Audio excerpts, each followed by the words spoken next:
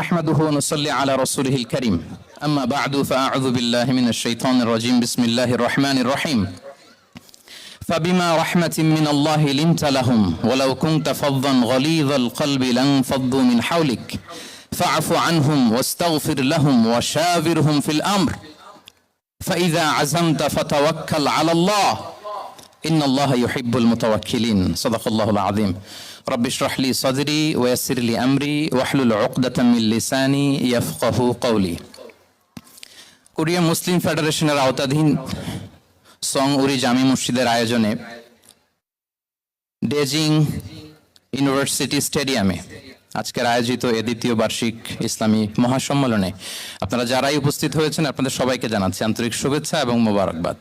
আহলান ওয়া সাহলান ওয়া মারহাবান বিকুম ফি হাযাল লিকা আত-তাইয়িব আল মুবারাক। শুরুতে আমরা আল্লাহ রাব্বুল ইজ্জা ওয়াল জালালের দরবারে শুকরিয়া জ্ঞাপন করছি যে আল্লাহ তাআলা এত চমৎকার একটি পরিবেশে আমাদের প্রিয় মাতৃভূমি বাংলাদেশ থেকে হাজার হাজার কিলোমিটার দূরে দক্ষিণ কোরিয়ার এই ইউনিভার্সিটির এই স্টেডিয়ামে কিছু দিনই কথা শুনবার জন্য আমাদেরকে আসার বসার সুযোগ করে দিয়েছেন। আমরা সবাই পড়ে নিচ্ছি কালিমাতুশ শুকর আলহামদুলিল্লাহ। আল্লাহ রাব্বুল ইজ্জা ওয়াল জালালের দরবারে লাখো কোটি শুকর এবং সুজুদ এবং প্রশংসা শেষে আমি আজকের এই প্রোগ্রামের অর্গানাইজিং কমিটিকে অন্তরের অন্তঃস্থল থেকে ধন্যবাদ জানাতে চাই, যারা দীর্ঘদিন অনেক চেষ্টা করে অনেক আয়োজন করে আজকের এই চমৎকার ফুলের বাগানকে তারা সাজিয়েছেন। তাদেরকে আমরা শুভেচ্ছা জানাই, ধন্যবাদ জানাই। আজকের প্রোগ্রামে উপস্থিত আছেন দক্ষিণ কোরিয়া প্রবাসী বিশিষ্ট ব্যবসায়ী ভাইয়েরা, চাকরিজীবী ভাইয়েরা, শ্রমজীবী ভাইয়েরা, এবং দেখতে পাচ্ছি গ্যালারিতে পর্দার অন্তরালে আমাদের মা বোনেরা এসেছে, কচিকাচা সোনামণিরা। তারপর আমি এখানে সিকিউরিটি ডিপার্টমেন্টকে দেখলাম, police department, and I would like to thank from the bottom of my heart to the Daejeon University Authority for giving us this nice venue to organize such an amazing program. May Allah bless them with guidance. আমরা সবাই বলি আমিন।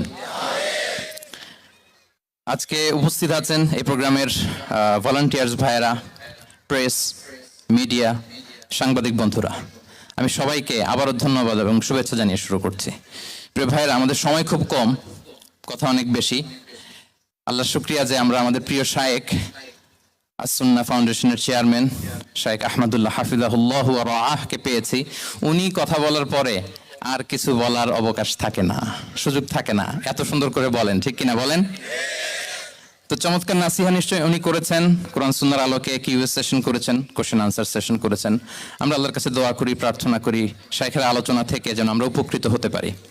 শায়েখ যে দিক নির্দেশনামূলক বক্তব্য আমাদের সামনে উপস্থাপন করলেন, আমরা যেন সেগুলোর উপর আমল করতে পারি। প্রিয় ভাইরা, খুব বরকতময় একটা সময় আমরা কাটাচ্ছি।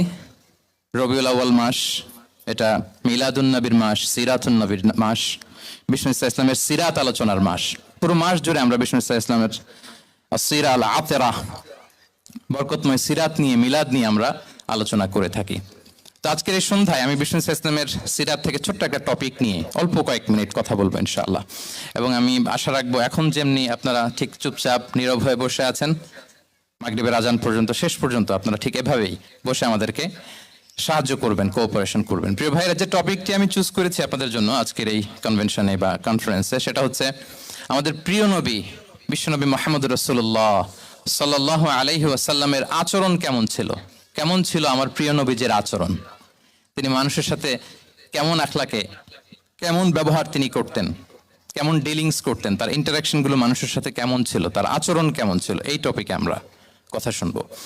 আমরা যদি কোরআনকে জিজ্ঞেস করি যে কোরআন তুমি বলো তো বিষ্ণু ইসলামের আচরণ কেমন ছিল, আমার নবীর আখলাক কেমন ছিল, ব্যবহার কেমন ছিল, কোরআন খুব প্রিসাইজলি আমাদেরকে জানায় এবং বলে যে ওয়া ইন্নাকা লাআলা খুলুকিন আযীম, and verily you are on a very good standard of character. এর অর্থ হচ্ছে নবী হে, নিশ্চয়ই আপনি নৈতিক চরিত্রের সর্বোচ্চ মানের উপর প্রতিষ্ঠিত। সুবহানাল্লাহ। চারিত্রিক মাধুর্যতা, চারিত্রিক নির্মলতা, উন্নত চরিত্র, সর্বোত্তম চরিত্র বলতে আমরা যা বুঝাই তার সবটা দিয়ে আল্লাহ তাআলা বিষ্ণু ইসলামের চরিত্রকে নির্মাণ করেছেন। বিষ্ণু ইসলামের মাথার চুল থেকে পায়ের নখ পর্যন্ত একটা কলমের কালির ডট ফেলার ক্ষমতা বিশ্বের কারণেই, ঠিক কিনা বলেন? এজন্য আল্লাহ বলছেন ওয়া ইন্নাকা লাআলা খুলুকিন আযীম, নৈতিক চরিত্রের সর্বোচ্চ স্ট্যাটাস, সর্বোচ্চ মানে আপনি নবী হয়ে প্রতিষ্ঠিত। এবং তিনি বলতেন, ওয়া ইন্নামা বুইসতু লিউতাম্মিমা মাকারিমাল আখলাক, আমি উত্তম আচরণের পূর্ণতা দান করার জন্য এই পৃথিবীতে এসেছি। উত্তম চরিত্রের পূর্ণতা দিতে, চারিত্রিক পূর্ণতা দিতে, বিশ্ববাসীকে উত্তম চরিত্র শিখাবার জন্য এই পৃথিবীতে এসেছি। বিষ্ণু ইসলামের চরিত্রের চাইতে সুন্দর চরিত্র এই পৃথিবীতে কারো কি হতে পারে? আমরা তো আমাদের নেতাদের চরিত্রের ব্যাপারে বলি, আমার নেতার চরিত্র ফুলের মতো। আসলে কোথায় কি বলতে হবে এই সেন্সটাই আমাদের নাই। আল্লাহু আকবার। বিষ্ণু ইসলামের চরিত্রের ব্যাপারে স্বয়ং আল্লাহ তাআলা সার্টিফাই করেছেন। এবং আম্মা জান আয়েশা রাদিয়াল্লাহু তাআলা আনহাকে যখন জিজ্ঞেস করা হতো যে হে আম্মা, আপনি বলেন তো আমাদের নবীজির চরিত্র কেমন ছিল, কাইফা কানা খুলুক রাসূলিল্লাহ, কেমন ছিল নবীর চরিত্র, সাহাবারা বড্ড আগ্রহ নিয়ে জিজ্ঞেস করতেন। তো আম্মা জান আয়েশা বলেছেন, কানা খুলুকুহু আল কোরআন, বিষ্ণু ইসলামের চরিত্র ছিল কোরআনই চরিত্র। কোরআনে যা করতে বলা হয়েছে, যা করতে বারণ করা হয়েছে, তা প্র্যাকটিক্যালি বিশ্বনবীর জীবনে সেটা করে দেখানো হয়েছে। এবং তিনি বলতেন, ইনদামা রাসূলুল্লাহ সাল্লাল্লাহু আলাইহি ওয়াসাল্লাম ইয়ামশি আলাল আরদ কাআন্নাল কুরআন ইয়ামশি আলাইহি, বিষ্ণু ইসলাম যখন রাস্তা দিয়ে হেঁটে যেতেন, as if a living Quran is walking on the street, মনে হতো একটা জীবন্ত কোরআন রাস্তা দিয়ে হেঁটে যাচ্ছে। এত সুন্দর ছিল বিষ্ণু ইসলামের চরিত্র। উনি যে নিজেই উত্তম আচরণের ছিলেন তাই নয়, তিনি সর্বোত্তম আচরণ যেন আমরা অর্জন করি এটার ব্যাপারে গুরুত্ব আরোপ করেছেন। রাসূল সাল্লাল্লাহু আলাইহি ওয়াসাল্লামকে জিজ্ঞেস করা হলো, নবী হে, কোন জিনিস মানুষকে সবচেয়ে বেশি আল্লাহর জান্নাতে প্রবেশ করাবে? সুইলা রাসূলুল্লাহ সাল্লাল্লাহু আলাইহি ওয়াসাল্লাম আন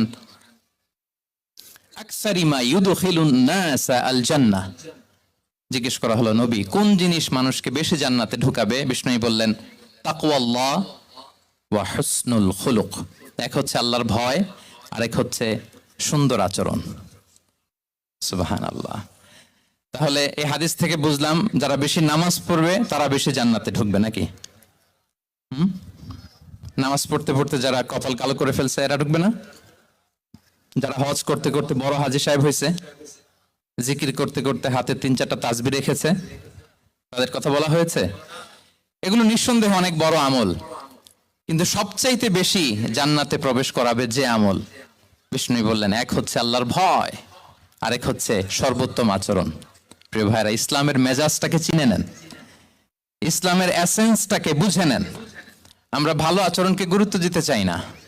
অনেক নামাজি লোক দেখবেন নামাজ পড়তে পড়তে কপালে কালো দাগ ফেলে দিচ্ছে, বাসায় বউয়ের সাথে খারাপ আচরণ করে, খিটখিটে মেজাজের, প্রতিবেশীর সাথে শুধু ঝগড়া, কলিগদের সাথে ঝগড়া, মারামারি, দুঃসম্পর্ক, এরকম আছে না নাই বলেন?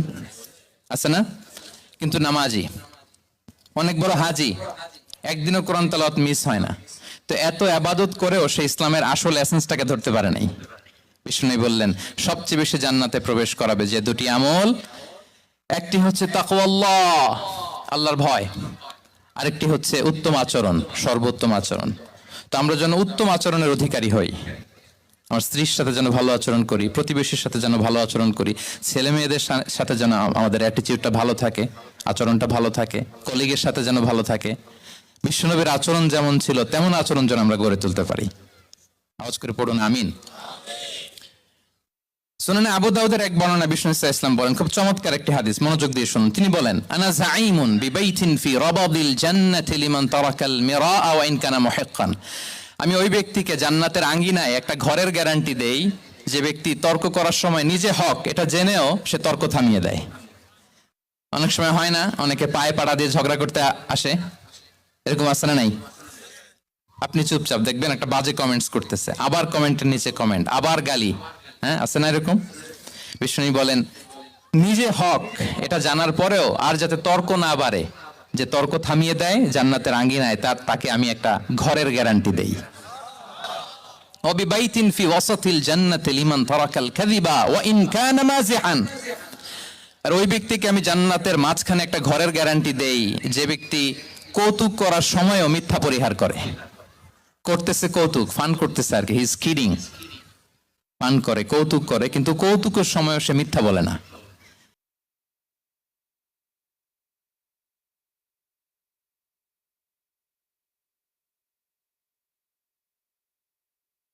জান্নাতি লিমান হাসানা খুলুকাহ, আর জান্নাতের একেবারে highest peak of paradise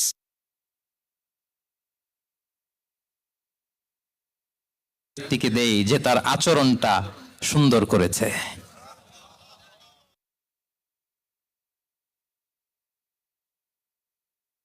বাসভবনের guarantee দেই। তাহলে বলেন তো, আমাদের আচরণটা সুন্দর করার দরকার আছে না নাই? এটা খুব ছোটখাটো একটা আমল, তাই না? কথা বলেন, দক্ষিণ কোরিয়া প্রবাসী ভাইয়েরা আওয়াজ করে বলেন, এটা কি সালাম দিব, সুন্দরভাবে কথা বলবো, ভালো উইশ করব, হ্যাঁ, জিঘাংসা অহংকার থেকে মুক্ত থাকবো, খিটখিটে মেজাজের হব না, অলওয়েজ স্মাইলিং ফেস থাকবে আমার, হৃদ্যতাপূর্ণ আচরণ। এই আওয়াজ করে বলেন, এই আমলটা কি ছোট না বড়? প্রিয় ভাইয়েরা, বিষ্ণু ইসলাম সবার সাথে এরকম মাধুর্যতাপূর্ণ আচরণ করতেন, ছোট থেকে বড়, নারী থেকে পুরুষ, বন্ধু থেকে শত্রু, সবার সাথে সুন্দর আচরণ করতেন। এবং তার এই চমৎকার আচরণে মুগ্ধ হয়ে তার অনেক শত্রু মুহূর্তে তার বন্ধুতে পরিণত হয়েছে। তাহলে আসুন আমরা দেখি আমাদের প্রিয় নবীজির আচরণ কেমন ছিল। এটা ছিল ভূমিকা কথা, ইন্ট্রোডাক্টরি ডিসকাশন। যতটুকু বললাম এটা সবার কাছে ক্লিয়ার না ভাইরা? প্রিয় নবীজির আচরণ কেমন ছিল এটা নিয়ে আমরা শুনবো। শুরুতেই আমরা দেখি যে শিশু, এই যে এত বলার পরে লুকিয়ে লুকিয়ে অনেকে মোবাইল বের করে। আপনি যে ডিস্টার্ব করতেছেন আমাদের, মেহরবানি করে করবেন না, এদিকে তাকান। তাহলে শিশুদের সাথে পেয়ারা নবীজি কেমন আচরণ করতেন সেটা আমরা শুনবো। আমরা যদি থ্রু দ্য লেন্স অফ সিরা অথবা through the lens of Sunnah lens দিয়ে, আমরা তো এক একজন এক এক লেন্স লাগাই, তো দেখবেন যে সুন্দর একটা গ্লাস পরলে যেটা যেই কালার ওইটা দেখা যায়, কিন্তু নীল গ্লাস পরলে গোটা দুনিয়াটা, লাল গ্লাস লাগালে দুনিয়াটা। এই জন্য কোরআনের লেন্স দিয়ে আমরা বিশ্ব দেখি। কোন লেন্স দিয়ে বিশ্ব দেখব? We see the world through the lens of Quran. আজকের আলোচনাটা আমরা করব থ্রু দ্য লেন্স অফ সিরা, সিরাতের আলোকে, সুন্নাহর আলোকে দেখি বিষ্ণু ইসলাম শিশুদের সাথে তিনি কেমন আচরণ করতেন। বিষ্ণু ইসলামের কাছে যখন কোনো শিশু নিয়ে আসা হতো, কি খেজুর চিবিয়ে খেজুরের মিষ্টি রস লালা সহ বাচ্চার মুখে লাগিয়ে দিতেন।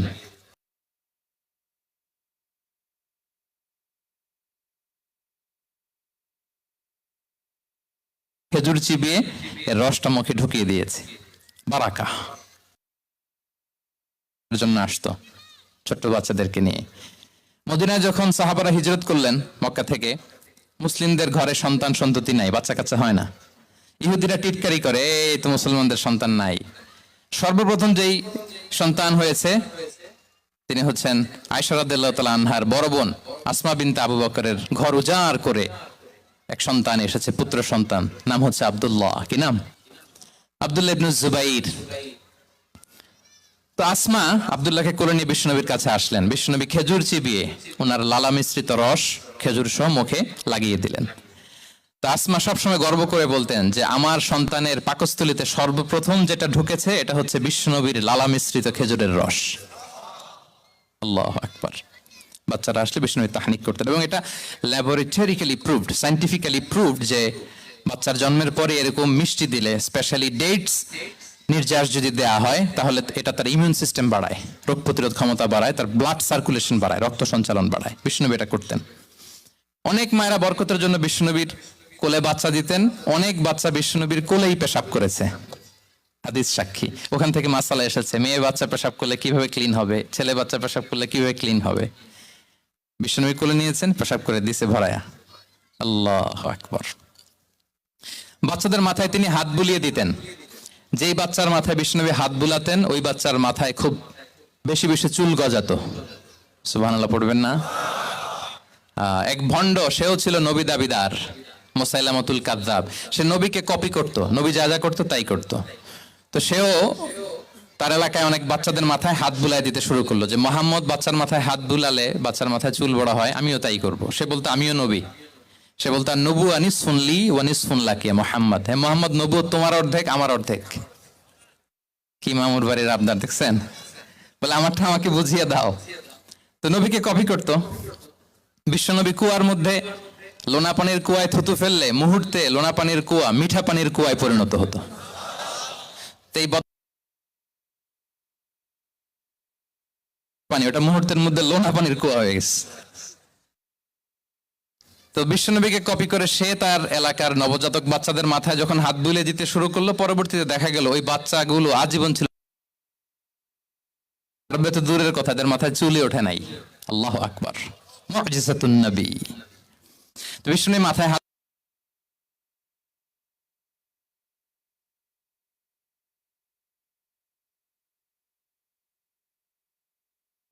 মাঝে মাঝে বাচ্চাদের সাথে মজা করতেন, তাদের সাথে খেলাধুলা করতেন, বাসার করবেন ছেলে মেয়েদেরকে নিয়ে খেলতে নেমে যাবেন। শুধু বাচ্চাদের সাথে ফান করতেন এমন না,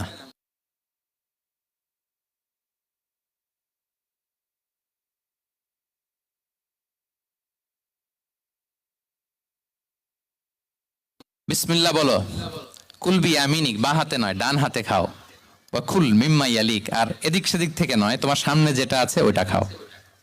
সুবহানাল্লাহ। শুধরে দিতেন। সাদাকার খেজুরের স্তূপ ছিল, জাকাতের খেজুর।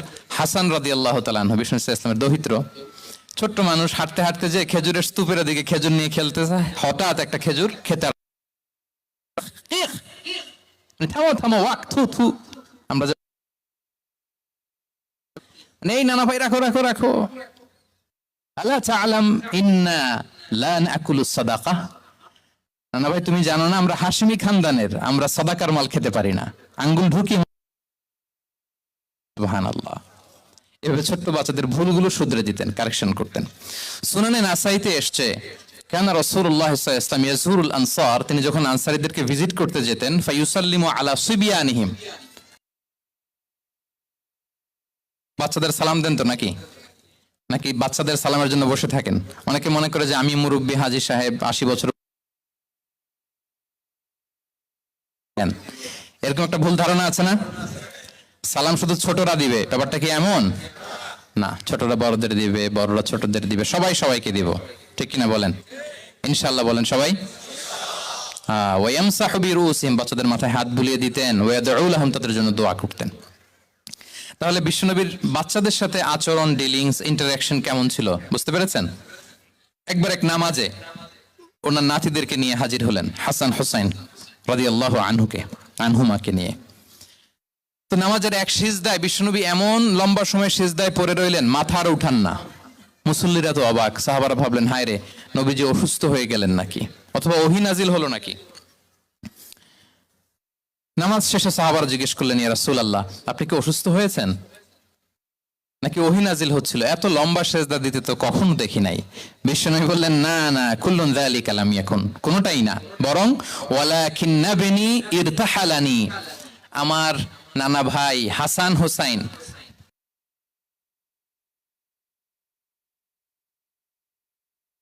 ইয়াকদিয়া হাজাতা,